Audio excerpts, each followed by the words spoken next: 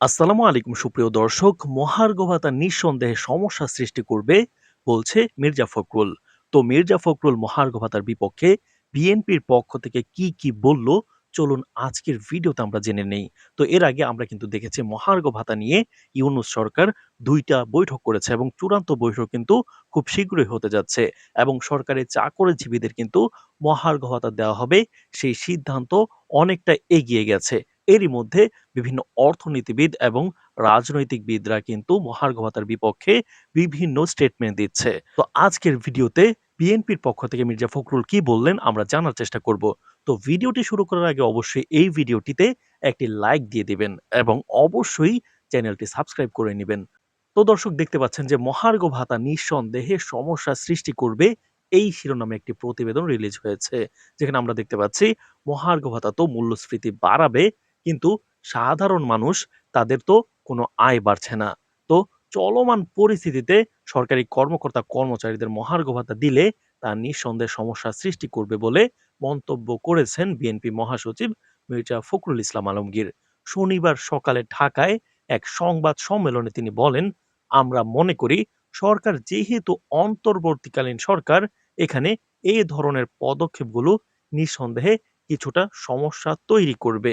এক সাংবাদিকের প্রশ্নের উত্তরে মির্জা ফখরুল বলেন, একই সময় মহার্ঘ ভাতা তো মূল্যস্ফীতি বাড়াবে, কিন্তু সাধারণ মানুষের, তাদের তো কোনো আয় বাড়ছে না, এটা একটা সমস্যা। এই বিষয়গুলো আপাতত খুব বেশি প্রয়োজন ছিল না। তো নির্বাচিত সংসদ ছাড়া সংকট দূর করা সম্ভব নয় তুলে ধরে বিএনপি মহাসচিব বলেন, জবাবদিহিতা নিশ্চিত করা গেলে অনেক সমস্যার সমাধান হয়ে যায়। সেজন্য আমরা একটা নির্বাচনের মাধ্যমে জবাবদিহিতামূলক সরকার তৈরিতে এত বেশি জোর দিচ্ছি। গেল ডিসেম্বরে মহার্ঘ ভাতার হার নির্ধারণ ও বাস্তবায়নের জন্য প্রধান উপদেষ্টার মুখ্য সচিব সিরাজ উদ্দিন মিয়াকে আহ্বায়ক করে ৭ সদস্যের উচ্চ পর্যায়ের কমিটি গঠন করে অর্থ বিভাগ। কমিটিতে অর্থ সচিব, লেজিসলেটিভ সচিব, মহা হিসাব নিরীক্ষক ও নিয়ন্ত্রক, প্রধান উপদেষ্টার কার্যালয়ের সচিব, অর্থ বিভাগের অতিরিক্ত সচিব এবং জনপ্রশাসন সচিবকে সদস্য হিসেবে রাখা হয়েছে।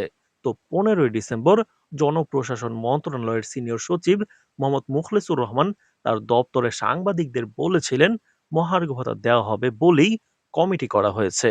কত শতাংশ মহার্ঘ ভাতা দেওয়া হবে সেই বিষয়ে কমিটি সুপারিশ করবে। সরকার পেনশনভোগী সহ সব কর্মচারীকে মহার্ঘ ভাতা দেবে বলেছেন তিনি। গুলশানে বিএনপি চেয়ারপারসনের কার্যালয়ে আয়োজিত সংবাদ সম্মেলনে দলের স্থায়ী কমিটির সদস্য আমির খসরু মোহাম্মদ চৌধুরী ও চেয়ারপারসনের উপদেষ্টা কাউন্সিলের সদস্য ইসমাইল জবিহ উল্লাহ উপস্থিত ছিলেন।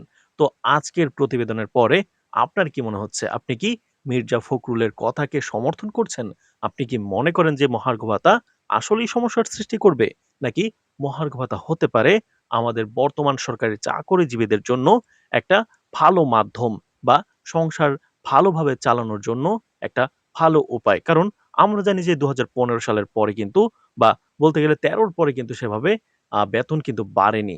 তো একবার বেড়েছিল ৮০% কিন্তু তারপরে কিন্তু আর বাড়েনি। তো দর্শক, আপনাদের কি মনে হচ্ছে এই বিষয়ে? অবশ্যই কমেন্ট করে জানাবেন এবং মহার্ঘ ভাতা রিলেটেড সকল তথ্য কিন্তু আমরা সবার আগে দিয়ে থাকছি। সুতরাং আমাদের চ্যানেলটি অবশ্যই সাবস্ক্রাইব করে নিবেন। ধন্যবাদ।